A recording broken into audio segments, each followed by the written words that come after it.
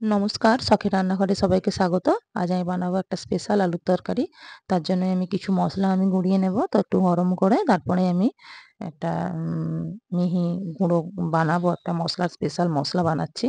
তার জন্য নিয়ে নিয়েছি ১ চামচ, বড় চামচের ১ চামচ গোটা ধনে, তো ১ চামচ মৌরি, আর নিয়ে নিলাম ১ চামচ আমি গোলমরিচ, আর দিয়ে দেবো ২ টা শুকনো লঙ্কা। তো এগুলোকে ভালো করে একটু আমি রোস্ট করে নিয়ে এটা ঠান্ডা করতে দেবো। বেশি কিন্তু মানে একেবারেই পুড়তে দেওয়া যাবে না, তাহলে কিন্তু এর মশলার কোনো টেস্ট পাওয়া যাবে না, যে আসল যে স্বাদ সেটা কিন্তু থাকবে না, পুড়ে যাবে। তো এটা হালকা একটু এই যে দেখুন হয়ে গেছে। এটা কিন্তু এবারে আমি নামিয়ে নেব। নামিয়ে এটা ঠান্ডা করতে দিয়ে দিচ্ছি। কালোই হবে পেস্ট করার পরে, কারণ যেহেতু গোলমরিচটা দেয়া আছে। তো দেখুন এখানে প্রেসার কুকারে আমি আলু নিয়ে নিয়েছি। আলুটা আমি কেটে নিয়েছি। আপনারা চাইলে গোটাও সিটি মেরে নিতে পারেন। আমি কেটেই নিয়েছি তাড়াতাড়ি করার জন্য। আর দিয়ে দিলাম নুন। এটা আমি গ্যাসটা জ্বালিয়ে দিলাম। আর এখানে আমি ৩-৪ টে মতো সিটি দিয়ে দেবো। তাহলে কিন্তু সুন্দর আলুটা গলে যাবে। আমি আজকে নতুন আলুর বানাচ্ছি। আপনারা চাইলে পুরনো আলুরও বানাতে পারেন। নতুন আলু দিয়ে এখন এই আলুর তরকারিটা খেতে খুব ভালো লাগবে। তো আমি গুঁড়ো করতে দিয়ে দিলাম। গুঁড়ো করে আমি রেখে দিয়েছি। আর এখানে আমি উম টমেটো নিয়েছি, আর দিয়ে দেবো ২ টো কাঁচা লঙ্কা, আর দিয়ে দিচ্ছি সামান্য কিছু আদা। তো এটা দিয়ে একটা মিহি পেস্ট আমি বানাবো। এটা সম্পূর্ণই আমি নিরামিষ বানাচ্ছি। আপনারাও নিরামিষের দিনে আরামসে এই আলুর তরকারিটা বানাতে পারেন। একেবারেই স্পেশাল এবং খেতেও লাগে দুর্দান্ত। কড়াই বসিয়ে দিলাম। দিয়ে দিলাম সরষের তেল। আপনারা রিফাইন তেলেও করতে পারেন, অসুবিধা নেই কিছু। তেল আমার গরম হয়ে গেছে। এখানে আমি দিয়ে দিচ্ছি দারুচিনি, তেজপাতা, আর কয়েকটা হচ্ছে দিয়ে দেবো লবঙ্গ, আর এলাচ।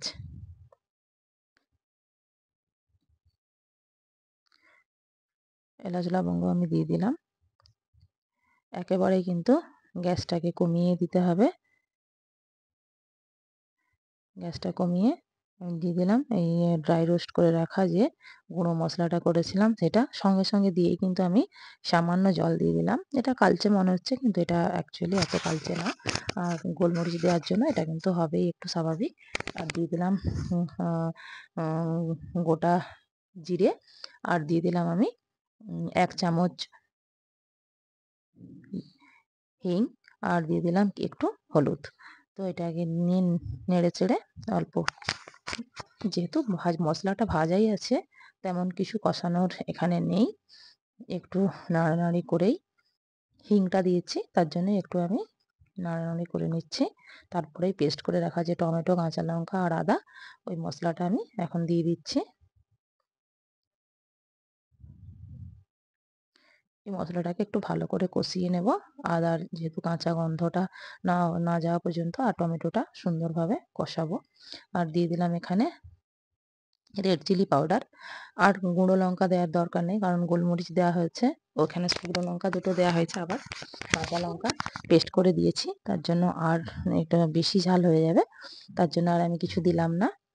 আর জিরে তো দেওয়াই আছে, ধনেও দেওয়া আছে। অন্য কিছু আমি গুঁড়ো মশলা ইউজ করলাম না। এখানে শুধুই আমি কাশ্মীরি রেড চিলি পাউডারটা দিলাম। আর ওপর থেকে আমি ২ চামচ দিয়ে দিচ্ছি বেসন।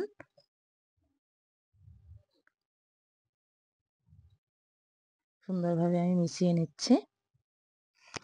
এই আলু তরকারিটা কিন্তু স্পেশালি আপনারা মানে কোনো স্পেশাল দিনে বানাতে পারেন, নিরামিষের দিনে বানাতে পারেন। লুচি, পরোটা, রুটি বা কচুরি, যে কিছু জিনিসের সঙ্গে সার্ভ করা যায় আরামসে। খেতে দুর্দান্ত হয় টেস্ট। দেখুন আলুগুলো পুরো গলে গেছে, খুব সুন্দর সেদ্ধ হয়ে গেছে। অনেকটাই আমি ঘেঁটে দেবো খুন্তির সাহায্যে বা চামচ যাই হোক দিয়ে। তো আপনারা চাইলে এটা বড় আলু, আমি বলেইছিলাম ১ম এ গোটা আলু সেদ্ধ করেও কিন্তু হাত দিয়ে একটু ভেঙে ভেঙে দিতে পারেন, অসুবিধে নেই। এটাও আমি হাত দিয়ে ভাঙতে পারতাম, তো গরম ছিল, তাই আমি খুন্তি দিয়ে একটু থেতো করে দিলাম। দেখুন কেটে দিচ্ছি খুন্তি দিয়ে। খুব সুন্দর, দেখুন দেখেই বুঝতে পারছেন আলুর তরকারিটা সত্যি অপূর্ব হয় খেতে। এরকম আলুর তরকারি অবশ্যই আপনারা বানাবেন।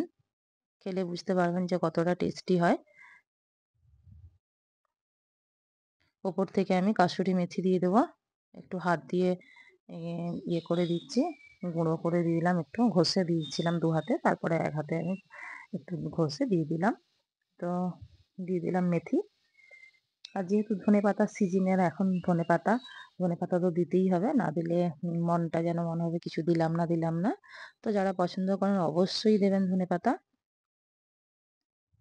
আর দিয়ে দেবো একটু সামান্য এখানে জল, একেবারেই গাঢ় হয়ে গেছে, একটু রস রস রাখবো।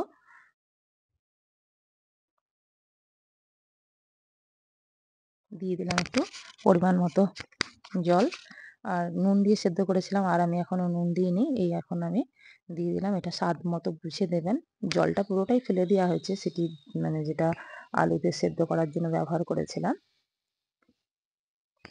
আর একটু ফুটে গেলেই কিন্তু একেবারেই রেডি হয়ে যাবে আলুর স্পেশাল তরকারি। এই আলুর তরকারি কিন্তু সত্যি মানে এরকমভাবে মশলা দিয়ে বানালে এতটা সুন্দর লাগে সেটা বোঝাই যাচ্ছে, দেখতেই বুঝতে পারছেন। আমরা মানে আমার যে বানিয়েছি এটা আমি কচুরির সঙ্গে খেয়েছিলাম, তো আপনারাও যে কিছুর সঙ্গে সার্ভ করতে পারেন। দিয়ে দিলাম উপর থেকে ধনেপাতা। এখন নতুন আলু, তো নতুন আলু দিয়ে এইভাবে আলুর দম বা আলুর তরকারি এভাবে যদি বানান সত্যিই সুন্দর লাগবে। এটাকে আলুর দম বলবো না, আলুর দমে কিন্তু আলুটা পুরো ঘাঁটা থাকে না, তার জন্য আমি এটা আলুর তরকারি বললাম। একটা স্পেশাল ইউনিক আলুর তরকারি, খেতেও হয় দুর্দান্ত।